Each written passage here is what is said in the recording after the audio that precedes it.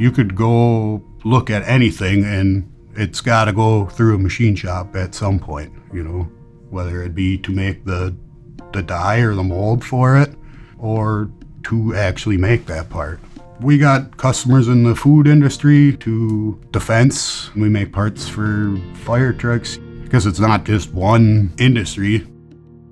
Like there are paper bag machines for one of our customers, from sandwich bags to grocery bags to some astronomical amount of bags per minute that these machines make. And it's like, you can go up there and look at it and be like, hey, I made that part, and that part on them. And then to see the video of them all running together, it's definitely cool.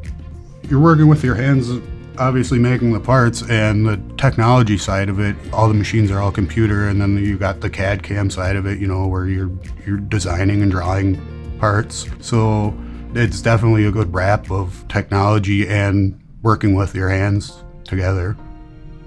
I took my first metal shop class as a sophomore in high school.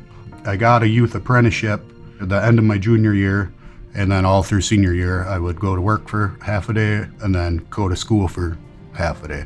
So you got, paid to go to work, and you got school credits for it. So that worked out there.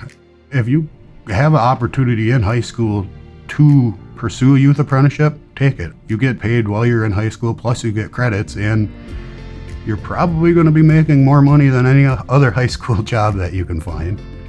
If there's people, telling you that you got to go to a 4-year school or you're not going to be nothing, well, I'll tell you right now, you can make a dang good living off of not going to a 4-year school.